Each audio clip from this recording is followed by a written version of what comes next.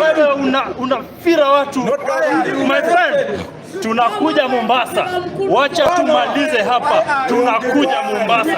Tunakupata huko. And one thing, Mr. Ruto, we want to tell you. There is one question as the young people we have already answered. Tuliulizwa, can we die for our country? Yes. There is a second question. It is coming. We are coming. The second question is coming, and it is difficult, and we know the answer. Our answer is yes. We are ready to die for our country, and we are ready to do the other thing for our country. Wewe Mombasa, wewe tunakuja.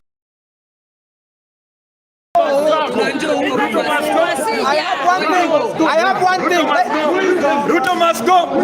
Ruto must go. Ruto must go. Ruto must go. Ruto must go. I have one thing to say. Say two. Let this be the last abduction in Kenya today.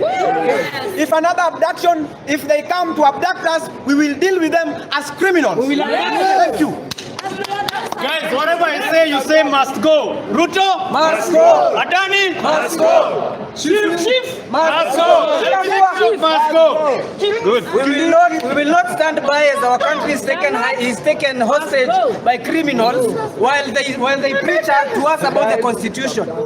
William Ruto and your cronies, you lied to us that IEBC will be formed in 30 days. It has been over 45 days. We want to pick our ID cards, we want to take voters' cards so that we can make sure you do not sit on that seat in 2027. And now, once they release our brother Morara, we will be ready to go to the streets and reject Chief.